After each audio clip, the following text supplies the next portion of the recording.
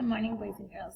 Today for math, we are going to practice building some numbers. You're going to need 3 dice. In the classroom, I keep my dice in these little containers so that way they don't roll all over. And you're going to need this page. It says building base 10 numbers on the top. It tells you the directions, but I'm going to go through it too. So this whole thing is one problem, and we're going to do this one together.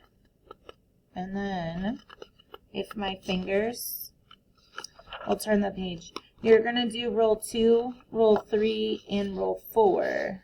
I think that's all there is. Oh no, there's more.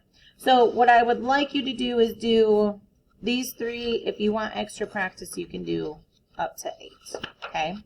But we're going to do number 1 together. So I'm going to roll my dice, or shake my dice. Okay. So I rolled a 1, a 5, and a 6. What is the smallest number that I can make with using all 3 of those numbers? So the hint that I have for you is the smallest number that you roll on your dice is going to be more towards the left, okay? So if I have 100, I'm going to have 100 is less than 600, right? So that's why we want the 1 to the left. So if I have 100, now is 5 less than 6 or 6 less than 5? 5 is less than 6, so it's 1, 5, and then I'm left with my 6. 6, okay? So the smallest number that I can make using 1, 5, and 6 is 156. The largest number that I can make, real quick, I'm going to go to this one. The largest number I can make, whereas the smallest number is first over here, I want the largest number over here. So the largest number that I rolled on my dice is a 6. Okay. Now I want the next largest number. Is that 5 or 1? 5. And then my last number that I have is 1. So the smallest number that I can make is 156. The largest number that I can make is 651. Okay. We're not adding these together. We're using them as digits to make a 3-digit number. Okay? So now we want to model these with drawings. Remember, we're pretty good at knowing that 1s are bits and 10s are sticks. But remember that 100s are squares. Okay? So for this one, I have 100, so I'm going to draw 1 square. And we call this a flat when we have the actual pieces. So I need 1 flat. I need 5 sticks. 1, 2, 3, 4, 5. Here's the thing. These look like tallies, like tally marks. And when we were tallying, the 5th one always went diagonal. These are not tallies though. So even if we have 9 of them, they're all lined up right next to one another, okay? We do not cross them like we do tallies. And now we need 6 bits. 1, 2, 3, 4, 5, 6. Okay. 156. Now we practiced expanded notation, and it's been a minute. Let me grab my whiteboard. Let me think of a way to make this less confusing. So we have our place value. We have 1s. We have 10s. And we have 100s. That doesn't look right. But anyways, so we have 100s. 1s are any number, so it can be 0 through 9, right? It's a one-digit number. One digit. Tens are 10, 20, 30, 40, 50. It's anything that is a quantity of 10. Okay? So tens is like counting by tens. Hundreds is almost the same thing as tens, just with an extra zero, because it's hundreds. Okay? So, when we're looking at expanded form, the ones is just a single digit. Okay? Okay.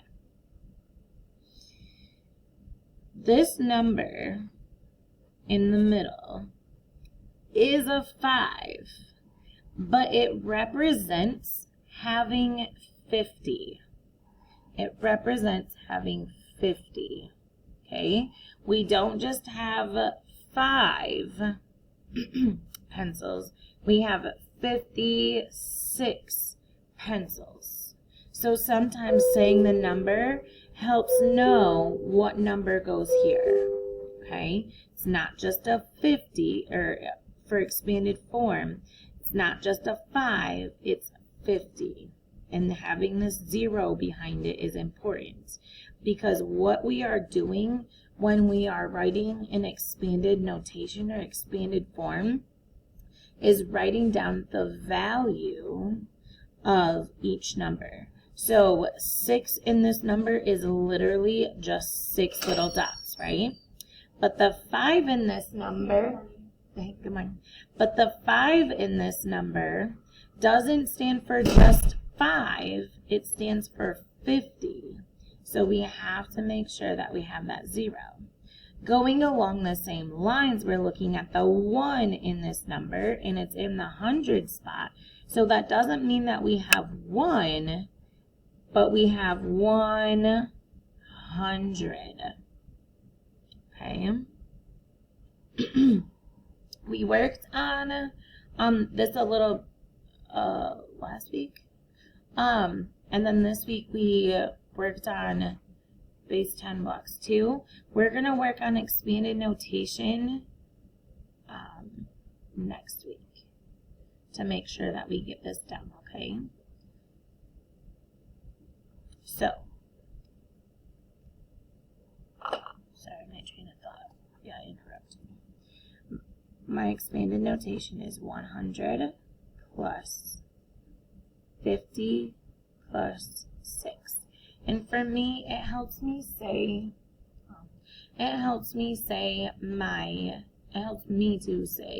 the number when I write it. So 100, okay, I need to write a 100 here. 50, okay, I need to write a 50 here. 6. Okay, let's practice that with our large number. You go ahead and try doing the base 10 blocks for 651.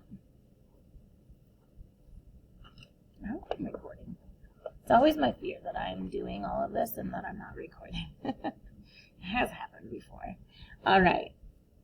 So for our hundreds, I'm going to maybe make them in 2 rows so that way I don't run out of room. I need 6 flats. Okay.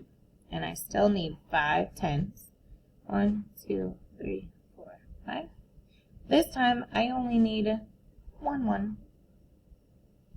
Okay, go ahead and practice writing this number 651, in expanded notation. And don't forget the plus signs.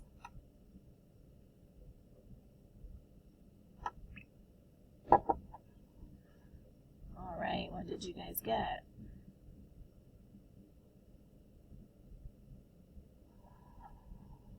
So we're looking at this one, 600, okay, 600, 50, 50, and 1. So our expanded form is 600 plus 50 plus 1. Great job. I'm curious to know how you guys think this is. Okay, so we'll talk about this at our class meeting, and we'll go over expanded notation. We'll go over the different ways to represent a number. So I'll make a note, but make sure that you bring your whiteboard with you to your meeting next week. And then, like I said, practice for sure doing 2, 3, and 4. I want you to do those 3 on your own, okay? So remember, smallest number, largest number, and then you're building it with the base 10 blocks and then expanded form. And at the top of each one, there's an example of what expanded form looks like. And then this is extra practice if you want to practice. Oh, I said go to 8, but if you want extra practice, you can do the last 3. All right, I hope that you guys have a little bit of fun doing this and that it's making a little bit of sense to you. But I also hope that I can help make it make even more sense next week in our meeting.